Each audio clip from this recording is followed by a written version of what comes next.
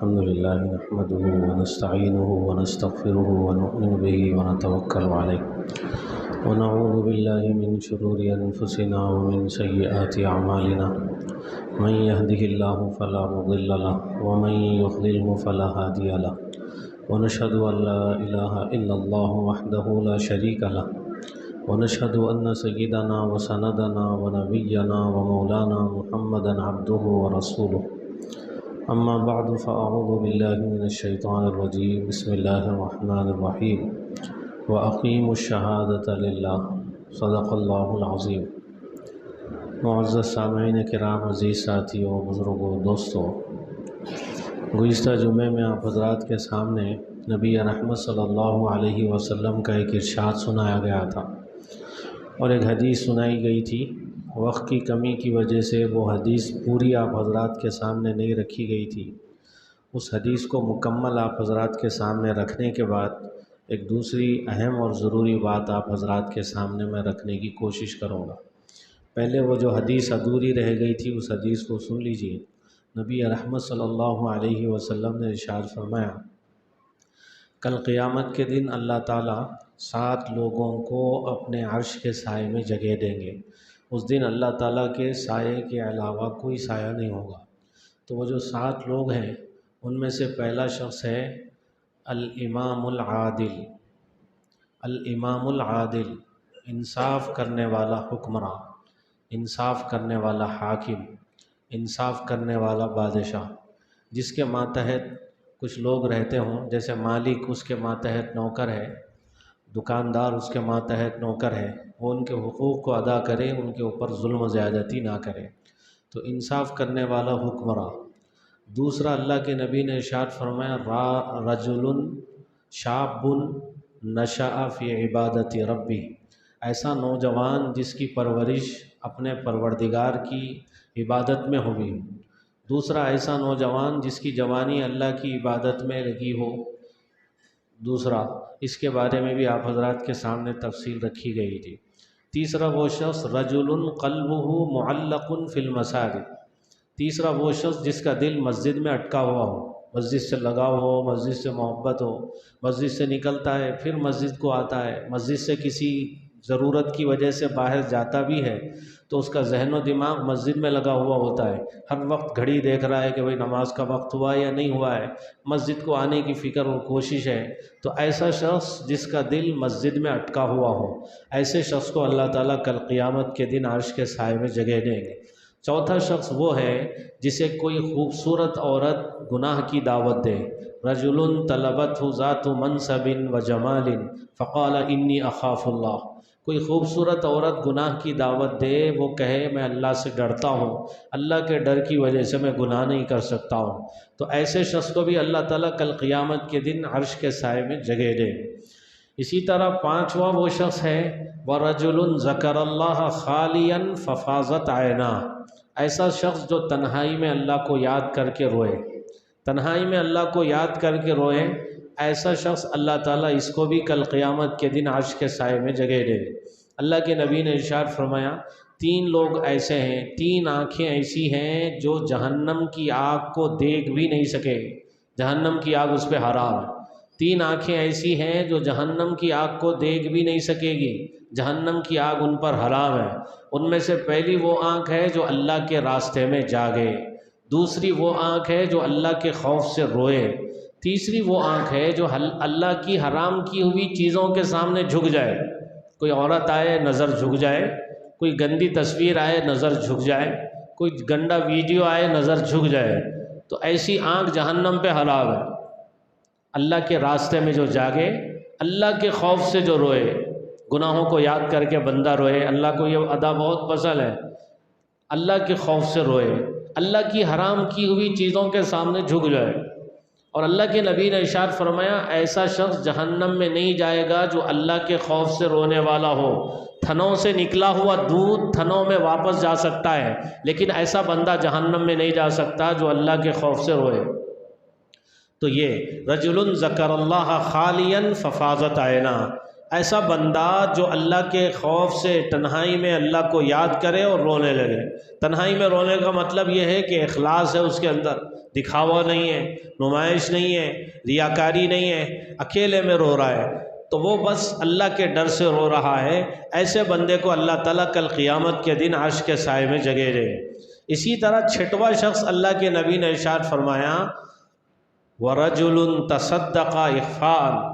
ایسا بندہ جو صدقہ کرے، چھپا کے صدقہ کرے، مال خرچ کرے، چھپا کے خرچ کرے، ایسا چھپا کے خرچ کرے کہ اس کے بائیں ہاتھ کو پتہ نہ چلے دائیں ہاتھ نے کیا خرچ کیا، حتیٰ لا تعلم شمالہ ما تنفق یمینہ، بائیں ہاتھ کو پتہ نہ چلے دائیں ہاتھ نے کیا خرچ کیا ہے، اللہ کے واسطے چھپا کے، اللہ کو پتہ چلے اور جس کو دے رہا ہے اس کو پتہ چلے، چھپا کے صدقہ خیرات کرے۔ اللہ کو یہ بندہ اتنا پسند ہے، کل قیامت کے دن ایسے بندے کو عرش کے سائے میں اللہ تعالیٰ جگہ دیں گے۔ اسی طرح ساتواں شخص وہ ہے رجلان تحابا فی اللہ اجتمعا علیہ وتفرقا علیہ، ایسے دو لوگ جو آپس میں محبت کرتے ہوں اللہ کے واسطے، ملتے ہوں اللہ کے واسطے، جدا ہوتے ہوں اللہ کے واسطے، تو ایسے دو لوگ ہیں جو آپس میں محبت اللہ کے واسطے، ان کا ملنا اللہ کے واسطے، جدا ہونا اللہ کے واسطے، آپس میں مل بیٹھتے ہیں اللہ کے واسطے، جدا ہوتے ہیں اللہ کے واسطے۔ اللہ کے نبی کا ایک ارشاد بھی ہے من احب للہ وابغض للہ واعطى للہ ومنع للہ فقد استکمل العباد، جو اللہ کے واسطے محبت کرے، اللہ کے واسطے دشمنی کرے، اللہ کے واسطے کسی کو کچھ دے اور اللہ کے واسطے کسی کو کچھ دینے سے اپنے ہاتھوں کو روکے تو اس کا ایمان مکمل ہے، اس کا ایمان مکمل ہے۔ اللہ کے واسطے محبت کرے، اللہ کے واسطے دشمنی کرے، کسی کو اللہ کے واسطے دے اور کسی سے اللہ کے واسطے روکے تو اس کا ایمان سمجھیے کامل ہے، اس کا ایمان مکمل ہے۔ تو آپس میں محبت ہے، دوستی ہے، کسی ذاتی مفادات کی وجہ سے نہیں، اغراض کی وجہ سے نہیں، پیسوں کی وجہ سے نہیں، کیا اغراض ختم تو دوستی ختم، نہیں،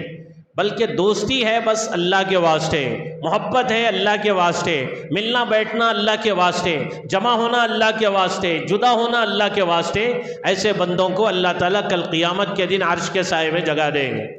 تو یہ 7 لوگ ہیں، ان لوگوں کو اللہ تعالیٰ کل قیامت کے دن عرش کے سائے میں جگہ دیں گے، جس دن اللہ کے سائے کے علاوہ کوئی سایہ نہیں ہوگا۔ اگر کوئی بندہ یہ چاہتا ہے کہ کل قیامت کے دن اللہ اس کو عرش کے سائے میں جگہ دے تو اس کو چاہیے کہ وہ یہ صفات اپنے اندر پیدا کرنے کی کوشش کرے۔ سب سے پہلے الامام العادل، انصاف کرنے والا حکمراں۔ صحابہ کرام کو دیکھیے، خلفائے راشدین کو خاص طور پہ دیکھیے، حضرت عمر رضی اللہ تعالیٰ عنہ کے زمانے کو خاص طور پہ دیکھیے، کیسی حکومت انہوں نے کی۔ ان کے زمانے میں ایک بندہ آتا ہے قاصد بن کے قیصر کا، حضرت سیدنا عمر رضی اللہ تعالیٰ عنہ سے ملاقات کرنے کے لیے آتا ہے۔ حضرت عمر رضی اللہ تعالیٰ عنہ کو تلاش کرتا ہے، وہ یہ سوچ کے آتا ہے کہ بھئی ان کا کوئی محل ہوگا، اس محل میں پوری ٹھاٹ باٹ کے ساتھ حضرت عمر رضی اللہ تعالیٰ عنہ رہتے ہوں گے، یہ سوچ کے وہ شخص قاصد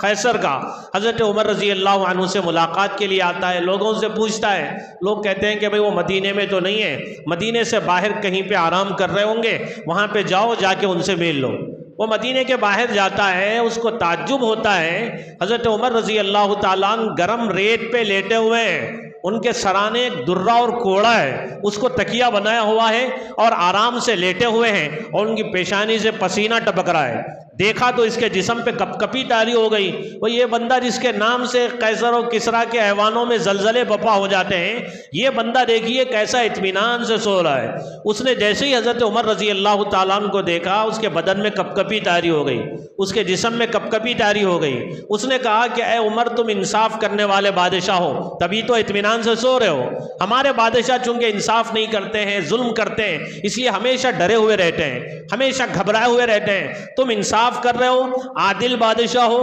انصاف کرنے والے بادشاہ ہو، اس لیے سکون کی نیند سو رہے ہو، اور تمہارا جو دین ہے وہ دین سچا دین ہے۔ میں تمہارے دین کو قبول کر لیتا اگر میں قاصد بن کے نہ آتا۔ قاصد بن کے آیا ہوں اس لیے تمہارے دین کو قبول نہیں کر رہا ہوں، لیکن واپس جانے کے بعد میں ضرور تمہارے دین کو قبول کروں گا۔ یہ کہہ کے وہ بندہ جاتا ہے۔ یہ حکمراں حضرت سیدنا عمر رضی اللہ تعالی عنہ کی یہ حکومت ہے۔ راتوں میں گشت لگا رہے ہیں، بیواؤں کے گھروں میں جا کے جھاڑو لگاتے ہیں، ان کے گھروں میں برتن دھوتے ہیں اور ان کے کام کاج کرتے ہیں، اور مسافر کوئی اجنبی آیا ہوا ہے مدینے میں، راتوں میں چہل قدمی کر رہے ہیں، گشت لگا رہے ہیں اور دیکھ رہے ہیں بھئی میری رعایا میں کہیں کوئی پریشان حال تو نہیں ہے، کہیں کوئی بھوکا تو نہیں ہے، کہیں کسی پہ فاقے تو نہیں گزر رہے ہیں، کسی کا کوئی مسئلہ تو نہیں ہے، کسی کی کوئی ضرورت تو نہیں ہے۔ یہ حضرت سیدنا عمر رضی اللہ تعالیٰ عنہ ہے، رات کی تاریکی میں تلاش کرتے ہوئے جاتے ہیں، دیکھتے ہیں کہ بندہ خیمے کے باہر بیٹھا ہوا ہے اور پریشان ہے، مغموم ہے، سلام کر کے اس سے ملتے ہیں، پوچھتے ہیں بھئی تم کون ہو؟ وہ بتاتا ہے کہ بھئی مسافر ہوں، اجنبی ہوں، مدینے میں آیا ہوں، بادشاہ سے ملنے کے لیے آیا ہوں، اپنی ضرورت لے کے آیا ہوں۔ حضرت عمر رضی اللہ تعالیٰ عنہ نے سنا کہ خیمے سے کسی کے رونے کی آواز آ رہی ہے، پوچھا کہ بھئی خیمے میں کس کی رونے کی آواز آ رہی ہے؟ تو اس نے کہا بھئی جاؤ اپنے کام سے مطلب رکھو، جاؤ اپنے کام سے مطلب رکھو، میں اجنبی ہوں، یہاں کوئی مجھے جانتا نہیں پہچانتا نہیں، میرے اپنی پریشانیاں ہیں، میری اپنی مصیبتیں ہیں، کیوں پریشان کر رہا ہو؟ تو حضرت سیدنا عمر رضی اللہ تعالیٰ عنہ نے کہا بھئی بتاؤ پریشانی کیا ہے، ہو سکتا ہے تمہاری پریشانی کو میں دور کر سکوں، تمہاری تکلیف کو میں دور کر سکوں۔ تو اس نے کہا کہ خیمے میں میری بیوی ہے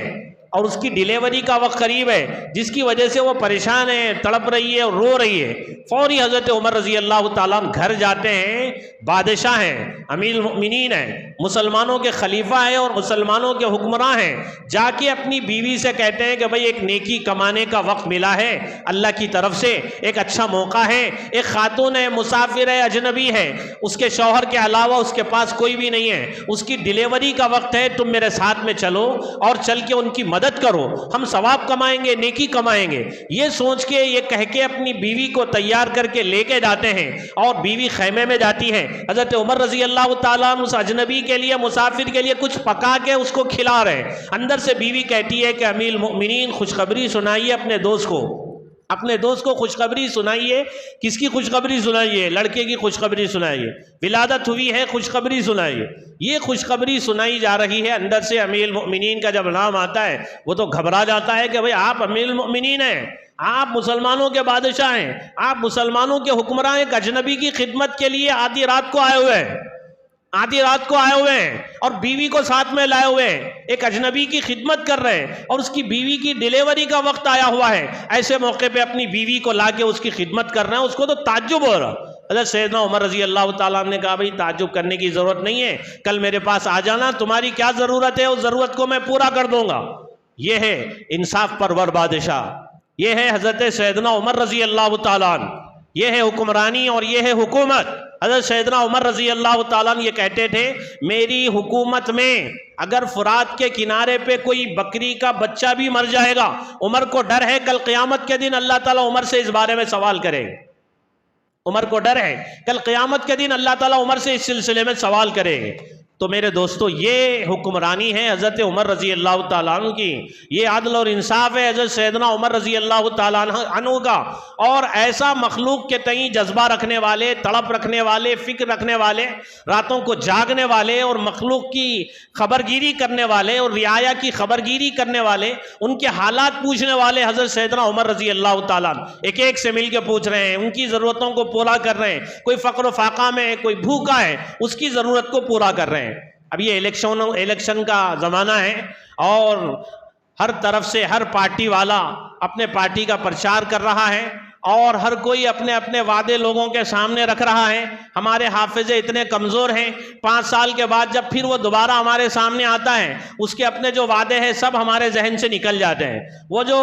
پارٹی کے نمائندے ہوتے ہیں، جو وعدے کر کے وہ جاتے ہیں، ان کے حافظے بھی اتنے کمزور ہوتے ہیں کہ الیکشن جیتنے کے بعد سب ان کے ذہن سے نکل جاتا ہے کہ بھئی عوام سے ہم نے کیا وعدے کیے تھے۔ ہر کوئی یہ بتا رہا ہے کہ سارے جہاں کا درد ہمارے جگر میں ہے، ہم کو جتائیے، ہماری پارٹی کو جتائیے، ہمارے پاس جادو کی چھڑی ہے، چھڑی گھمائیں گے سب کے مسائل حل کر دیں گے۔ سب اب کوئی اپنی اپنی پارٹی کا پرچار کرنے میں لگا ہوا ہے۔ ایسے میں یہ دیکھنے کا ہے کہ بھئی جو پارٹی مسلمانوں کے حق میں بہتر ثابت ہو سکتی ہو، جو پارٹی لوگوں کے ذہنوں میں نفرت کا بیج بونے والی نہ ہو اور نفرت کی سیاست کرنے والی نہ ہو، ایسی پارٹی کو ہم اقتدار پہ لائیں گے، ایسی پارٹی کو ووٹ دے کے ہم اس کی حکومت کو مضبوط کریں گے اور اس کے ہاتھ کو مضبوط کریں گے جو ہندو مسلم کے نام پہ سیاست نہ کرتی ہو اور عوام کا بھلا چاہتی ہو، عوام کے لیے کچھ کرنے کو تیار ہو، عوام کے لیے کچھ جذبہ اپنے دلوں میں رکھتی ہو۔ اس لیے ایک بات یہ ذہن میں رکھیے کہ ووٹ کی کم از کم ایک جو حیثیت ہے وہ شہادت کی ہے،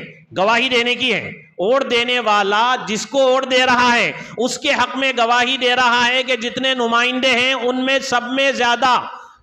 قیادت کا اہل اگر کوئی ہے تو یہ بندہ ہے جس کے حق میں ووٹ دے رہا ہوں۔ آپ گواہی دے رہے ہیں۔ گواہی کے بارے میں قرآن کریم یہ کہتا ہے وَأَقِيمُوا الشَّهَادَةَ لِلَّهِ، سچی گواہی کو قائم کرو۔ سچی گواہی کا دینا یہ فرض ہے، واجب ہے، اور سچی گواہی کو چھپانا ناجائز ہے، حرام ہے۔ وَلَا تَكْتُمُوا الشَّهَادَةَ وَمَن يَكْتُمْهَا فَإِنَّهُ آثِمٌ قَلْبُهُ، قرآن کریم کہتا ہے گواہی کو مت چھپاؤ، گواہی کو چھپانے والے کا دل گنہگار ہے۔ آپ سے گواہی مانگی جا رہی ہے، آپ کو حق دیا جا رہا، آپ اپنے پسند کا نمائندہ چنیے تاکہ 5 سال آپ چین سے رہیں، سکون سے رہیں، آپ کا بھلا ہو، عوام کا بھلا ہو، آپ کا فائدہ ہو، لیکن پھر بھی آپ گھر سے نہیں نکلتے ووٹ ڈالنے کے لیے، تو یہ آپ کا بہت بڑا جرم ہے۔ کتنے لوگ ایسے ہیں جو نماز روزے کو دین سمجھتے ہیں، زکوٰۃ اور حج کو دین سمجھتے ہیں، ووٹ دینے کو دین نہیں سمجھتے، ووٹ دینے کو عبادت نہیں سمجھتے، جبکہ ووٹ دینا گواہی ہے، سچی گواہی دینا فرض ہے، واجب ہے۔ جھوٹی گواہی دینا، کسی نااہل کو ووٹ دینا ناجائز ہے، حرام ہے۔ اس وجہ سے بعض لوگ یہ سمجھتے ہیں کہ بھائی جتنے نمائندے ہیں سب کوئی دودھ کے دھلے ہوئے نہیں ہیں، سب ایک جیسے دکھ رہے ہیں، تو ایسی صورت میں جو ہلکی مصیبت ہے اس کو آپ اختیار کیجئے، جس سے پبلک کو فائدہ ہو سکتا ہے، جو آپ کے حق میں مفید ثابت ہو سکتا ہے، آپ سے جو مطالبات اس نے کیے ہیں پورا کر سکتا ہے، ایسے نمائندے کو آپ اقتدار پہ لانے کی کوشش کیجئے۔ سیکولر پارٹی کو جو سب سے زیادہ مضبوط ہو اس کو جتانے کی آپ کوشش کیجئے تاکہ پھر آپ باقی 5 سال جو ہیں وہ چین سے گزار سکیں۔ بہت سے لوگ ایسے ہوتے ہیں کہ الیکشنوں کے موقع پہ گھر سے باہر ہی نہیں نکلتے، وہ جو دن ہوتا ہے یہ سمجھتے ہیں بھائی چھٹی کا دن ہے، گھر میں رہیں گے، آرام سے رہیں گے، چین سے رہیں گے، ووٹ ڈالنے کی کیوں زحمت کریں گے، لائن لگا کے کیوں کھڑے رہیں گے۔ پھر اس کے بعد کوئی ظالم آ جائے، کوئی گستاخ رسول آ جائے، نبی کی شان میں بدتمیزی کرنے والا، گستاخی کرنے والا، مسلمانوں کے خلاف زہر اگلنے والا اور نفرت کا ماحول پیدا کرنے والا، فسادات کو ہوا دینے والا، ایسا کوئی آ جائے تو پھر تبصرے کرتے ہیں۔ اس وقت تبصرے کرنے سے میرے دوستوں کچھ ہونے والا نہیں۔ اس وقت آپ کے ہاتھ میں طاقت ہے، قوت ہے، آپ اپنے ایک بٹن کو دبا کے اس کی نفرت کا جواب آپ دے سکتے ہیں، اس کو اقتدار سے بے دخل کر سکتے ہیں۔ آپ سیکولر کسی نمائندے کو چن سکتے ہیں، منتخب کر سکتے ہیں۔ اللہ تعالیٰ نے آپ کو قوت دی ہے، طاقت دی ہے، لیکن آپ اس کا استعمال نہیں کرتے۔ کتنے لوگ ایسے ہیں جو گھر سے باہر نہیں نکلتے ووٹ ڈالنے کے لیے، کتنے لوگ ایسے ہیں جو اپنے گھر کی عورتوں کو ووٹ ڈالنے کے لیے لے کے نہیں جاتے۔ جو بھی 18 سال کا نوجوان ہے، بچی ہو، بچہ ہو، اور سب کے لیے ضروری ہے، فرض ہے، سمجھیے آپ جمعرات کے دن نماز پڑھنا جیسے فرض ہے، آپ یہ بھی سمجھیے کہ بھائی فجر کی نماز فرض ہے، اس کے ساتھ ووٹ ڈالنا بھی یہ میرے ذمہ ضروری ہے، فرض ہے، یہ ایک میرا دینی فریضہ ہے، ملی فریضہ ہے، یہ سمجھ کے آپ جائیے اور ووٹ ڈالیے، یہ ضروری سمجھیے۔ اور کتنے لوگ ایسے ہیں جو ووٹ نہیں ڈال رہے ہیں، جس کی وجہ سے آپ اگر ووٹ نہیں ڈالیں گے آپ کا ووٹ کوئی غلط جگہ پہ استعمال کر لے گا۔ آپ کی سمجھداری کا تقاضا یہ ہے کہ آپ آگے بڑھیے، نکلیے، تھوڑی سی قربانی برداشت کیجیے اور لوگوں کے ذہنوں میں شعور بیدار کیجیے کہ بھائی آپ بھی ڈالیے، آپ بھی ڈالیے، کسی سیکولر پارٹی کے ہاتھ کو مضبوط کیجیے اور اس کو اقتدار پہ لانے کی کوشش کیجیے۔ نفرت کی سیاست کو ختم کیجیے، محبت کا ماحول پیدا کیجیے، پیار اور امن و آشتی کا ماحول بنائیے۔ یہ کوشش کرنے کی ضرورت ہے، سب کو باہر نکلنے کی ضرورت ہے۔ کتنے لوگ ایسے ہیں جو ووٹ ڈالتے ہی نہیں ہیں، پھر بعد میں رونا روتے ہیں۔ ایک صاحب بڑی فکر کا اظہار کر رہے ہیں، بھائی حالات ایسے ہیں، حالات ایسے ہیں، مسلمانوں کے ساتھ ایسا ہو رہا ہے، ان کے گھروں کو مسمار کیا جا رہا ہے، بلڈوزر چلایا جا رہا ہے، اور مسلم بچیوں کے اوپر نقاب کی پابندی ہے، حجاب کی پابندی ہے، امتحان لکھنے نہیں دیا جا رہا ہے، فلاں جگہ ایسا ہو رہا، فلاں جگہ ایسا ہو رہا۔ ان سے پوچھا گیا کہ بھائی کیا آپ نے ووٹ ڈالا؟ وہ کہتے ہیں کہ بھائی میں نے ووٹ ہی نہیں ڈالا۔ ووٹ نہیں ڈالتے ہیں، پھر اس کے بعد کوئی ظالم آ جاتا ہے، کوئی فرقہ پرست آ جاتا ہے، اس کے بعد میں رونا روتے ہیں اپنی قسمت کا۔ تو رونے سے میرے دوستوں بعد میں کچھ ہونے والا نہیں ہے۔ آپ کو اللہ تعالیٰ نے طاقت دی ہے، قوت دی ہے، آپ اپنی طاقت کو استعمال کر کے منہ توڑ جواب دے سکتے ہیں ایسے فرقہ پرستوں کو۔ تو اس موقع کو آپ ہاتھ سے کیوں جانے دینا چاہتے ہیں؟ یہ کوشش کیجئے کہ سب جائیں گے، سب ڈالیں گے۔ آپ بولیں گے کہ بھائی میرے ایک ووٹ سے کیا ہونے والا ہے؟ اب ہر کوئی ایسا ہی سوچا تو پھر ووٹ کو ڈالے گا۔ جیسے بادشاہ نے اعلان کیا کہ بھئی یہ حوض ہے، رات کی تاریکی میں اس حوض کے اندر سب ایک گھڑا دودھ لا کے ڈال دینا، سب ایک گھڑا دودھ لا کے ڈال دینا۔ اب اس کے بعد میں صبح میں جب دیکھا گیا تو اس حوض کے اندر پورا کا پورا پانی ہی ہے، کسی نے دودھ نہیں ڈالا ہے۔ سب نے یہ سوچا کہ بھئی سب دودھ ڈال رہے ہیں، ایک گھڑا میں پانی ڈال دوں گا تو اس سے کیا ہونے والا ہے، کیا بگڑنے والا ہے، سب نے یہی سوچا۔ تو اس کے نتیجے میں کیا ہوا، حوض کے اندر پورا پانی ہی پانی ہے۔ تو آپ یہ سوچیں گے کہ بھئی میرے ایک ووٹ سے کیا ہونے والا ہے، ہر کوئی یہ سوچے کہ میں ووٹ نہیں ڈالوں گا تو کیا ہونے والا ہے، تو پھر ووٹ کون ڈالے گا؟ ایک ووٹ کی وجہ سے بہت سے لوگوں نے اقتدار جیتا ہے، ایک ووٹ کی وجہ سے ان کو کامیابی ملی ہے، ایک ووٹ کی وجہ سے ناکام بھی ہوئے ہیں۔ ایک ووٹ کی بڑی اہمیت ہے، ہمارے اپنے ووٹوں کی بڑی اہمیت ہے۔ تو یہ بہت بڑی طاقت ہے، بہت بڑی قوت ہے، اس کا صحیح استعمال کرنے کی کوشش کیجیے۔ ایک دوسری خرابی جو دیکھنے میں آتی ہے ہمارے معاشرے میں، وہ یہ دیکھنے میں آتی ہے کہ ایک گھر میں 5 ممبر رہتے ہیں تو 5 ممبر الگ الگ پارٹیوں کو ووٹ ڈال رہے ہیں، کوئی اس کو ڈال کے آ رہا، کوئی اس کو ڈال کے آ رہا، کوئی اس کو ڈال کے آ رہا، 5 ممبر 5 لوگوں کو الگ الگ ووٹ ڈال کے آ رہے ہیں۔ تو یہ میرے دوستو یہ کتنی بڑی نادانی ہے۔ آپ گھر میں بیٹھیے، گھر کی عورتوں کا ذہن بنائیے، بچوں کا ذہن بنائیے، سب مل کے متحد ہو کے متفق ہو کے کسی مضبوط سیکولر پارٹی کو اقتدار پہ لانے کی کوشش کیجیے، اور اس کے بعد میں پھر 5 سال تک امن رہے گا، چین رہے گا، سکون رہے گا، ورنہ پھر بعد میں رونا پڑے گا، افسوس کرنا پڑے گا، اس سے کچھ ہونے والا نہیں۔ تو پورے گھر والے بیٹھ کے پہلے آپس میں مشورہ کر لیں، گھر کا جو بڑا ہے بیٹھ کے آپس میں مشورہ کر لیں، مشورہ کر کے کہ بھئی ہم کس کو ووٹ دیں گے، یہ کوشش ہونی چاہیے۔ کس کو ووٹ دینا ہے پہلے طے کر لیں گے، اس کے بعد ووٹ دیں گے۔ اسی طرح کتنے لوگ ایسے ہیں صبح اٹھ کے جو ہے ان کو پتہ ہی نہیں پولنگ بوتھ ان کا کہاں ہے، تلاش کر رہے ہیں، وقت نکل جا رہا ہے۔ بھئی پہلے ہی معلوم کر لینا چاہیے، کوشش یہ کرنی چاہیے پہلے سے ہی پتہ چل جائے۔ اس کے بعد صبح اٹھیں گے، نماز پڑھیں گے، اول وقت میں جائیں گے، جا کے آپ اپنے اس حق کو استعمال کرنے کی کوشش کریں گے۔ آپ کے پاس یہ جو طاقت ہے آپ اس کا استعمال کیجئے، اس کے استعمال سے آپ فرقہ پرستوں کو منہ توڑ جواب دیجئے اور اپنے پسند کے نمائندے کو لائیے اور اقتدار پہ لائیے۔ پھر اس کے نتیجے میں آپ کے حق میں بھلا ہو سکتا ہے، فائدہ ہو سکتا ہے، جو آپ کے حق میں مفید ہو سکتا ہے، عوام کا فائدہ جو کر سکتا ہے، عوام کے فائدے کے لیے جو پارٹی کام کر سکتی ہے، ایسی سیکولر پارٹی کو آپ آگے بڑھانے کی کوشش کیجئے، اس کو اقتدار پہ لانے کی کوشش کیجئے۔ یہ سمجھیے ضروری ہے۔ تو آپ اپنے ووٹوں کو تقسیم مت کیجئے، مشورہ کر کے ووٹ ڈالیے، سوچ سمجھ کے ووٹ ڈالیے۔ یہ سمجھیے کہ ووٹ گواہی ہے، جس کو میں ووٹ دے رہا ہوں اس کے حق میں گواہی دے رہا ہوں کہ یہ قیادت کا اہل ہے۔ تو دیکھیے کہ وہ واقعی قیادت کا اہل بھی ہے یا نہیں ہے،